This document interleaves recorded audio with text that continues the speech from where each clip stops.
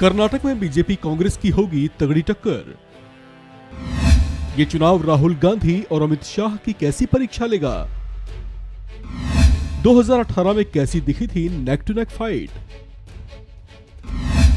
ज्यादा vote percentage के बावजूद क्यों हार गई थी कांग्रेस? कर्नाटक में विधानसभा चुनाव का डंका बज चुका है। चुनाव आयोग ने यहां होने जा रहे चुनाव का ऐलान कर दिया है। 10 मई वो तारीख होगी जब कर्नाटक की जनता अपना जनादेश बैलेट बॉक्स में दर्ज करेगी और 13 मई वो तारीख होगी जब यहां के चुनावी मुकाबले में उतरने वाले राजनीतिक दलों के चुनावी भाग्य का फैसला होगा। यानी मतदान के तीसरे ही दिन यानी 13 मई को ही चुनावी परिणाम घोषित कर दिए जाएंगे। लेकिन यहाँ सत्तारूढ़ दल बीजेपी अपनी जीत को लेकर इतनी ज्यादा ओवर कॉन्फिडेंट दिखाई दे रही है कि उसने चुनाव आयोग की ओर से चुनावी शेड्यूल जारी होने के साथ ही अपनी जीत का दम भर दिया है। बीजेपी के वरिष्ठ नेता प्रहलाद जोशी का दावा है कि अब की बार भी कर्नाटक में जीत बीजेपी की ही होगी। बीजेपी का तैयारी 100% हम तैयार है और पूर्ण बहुमत का सरकार भारतीय जनता पार्टी का कर्नाटक में।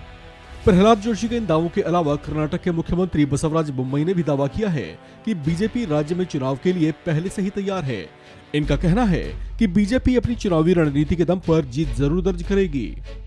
BJP is ever ready party with strong organisation right from booth level to the national level and we have done lot of अभियान्स where the response of the people was ट्रेमेंडस।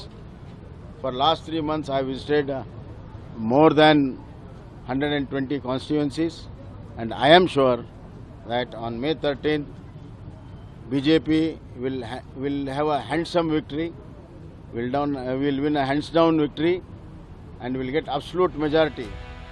BJP नेताओं के ये दावे और जीत का दम भरती उनकी इन बातों से आपको भी इनके ओवर कॉन्फिडेंस का अंदाजा हो रहा होगा। बताया जा रहा है कि बीजेपी के चाणक्य कहे जाने वाले अमित शाह की अगवानी में पार्टी यहां चुनाव फतह करने के लिए पिछले कुछ महीनों से लगातार अलग अलग तरह की रणनीतियों पर काम करती आ रही है। जबकि कुछ हफ्ते पहले ही राहुल गांधी भी अपनी भारत जोड़ो यात्रा के जरिए यहां कांग्रेस के पक्ष में हवा बनाकर गए हैं। ऐसे में ये मुकाबला बेहद रोमांचक बनता दिख रहा है। राजनीतिक पंडितों का मानना है कि कर्नाटक के मतदाता बेहद मूडी हैं। शायद इसी वजह से 2018 के विधानसभा चुनाव में बीजेपी और कांग्रेस के बीच कांटे का मुकाबला दिखाई दिया था, जब कांग्रेस पार्टी बीजेपी से ज्यादा वोट परसेंटेज हासिल करते हुए भी उससे कम सीटें जीत पाई थी और उसे हार का सामना करना पड़ा था। दरअसल साल 2018 के चुनाव में बीजेपी को 36.35% वोट मिले थे, जबकि कांग्रेस को उससे ज्यादा 38.14% वोट हासिल हुए थे। जबकि उसे बीजेपी की 104 सीटों के मुकाबले सिर्फ 80 सीटों पर ही जीत मिल पाई थी, जबकि 37 सीटों के साथ जेडीएस तीसरे नंबर की पार्टी के तौर पर उभरी थी।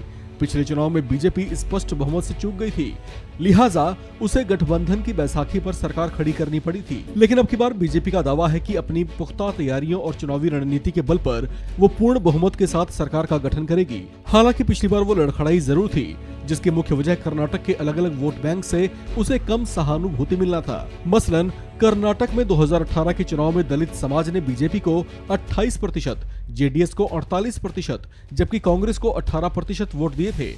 ओबीसी वर्ग ने बीजेपी को 37% वोट, जबकि कांग्रेस को करीब 40% वोट दिया था। आदिवासी वर्ग से बीजेपी को 32%, जेडीएस को 46%, जबकि आदिवासी वर्ग ने कांग्रेस को 17% वोट दिया था। राज्य के ईसाई समुदाय ने बीजेपी को 40% वोट दिया था, जबकि मुस्लिम समुदाय ने कांग्रेस के पक्ष में सबसे ज्यादा 65% वोट दिया था। राजनीतिक पंडितों का कहना है कि बीजेपी ने अब की बार यहाँ लिंगायत के साथ साथ वोक्कालिगा समुदाय और मुस्लिम समुदाय को भी आरक्षण के मामले में फील गुड कराया है। ये यहाँ के ऐसे वोट बैंक्स हैं जिनकी सहानुभूति और समर्थन मिलने का मतलब जीत से और नजदीकी का कारण बन सकता है। हालांकि कांग्रेस का ऐसा मानना है कि राहुल गांधी की भारत जोड़ो यात्रा ने चुनावी फिजा को बदला है, लेकिन इस बात में दम कितना है, इस फैक्टर ने भी कर्नाटक चुनाव को रोमांचक बना दिया है। इस खबर में फिलहाल इतना ही। बाकी अपडेट्स के लिए बने रहिए वन इंडिया हिंदी के साथ।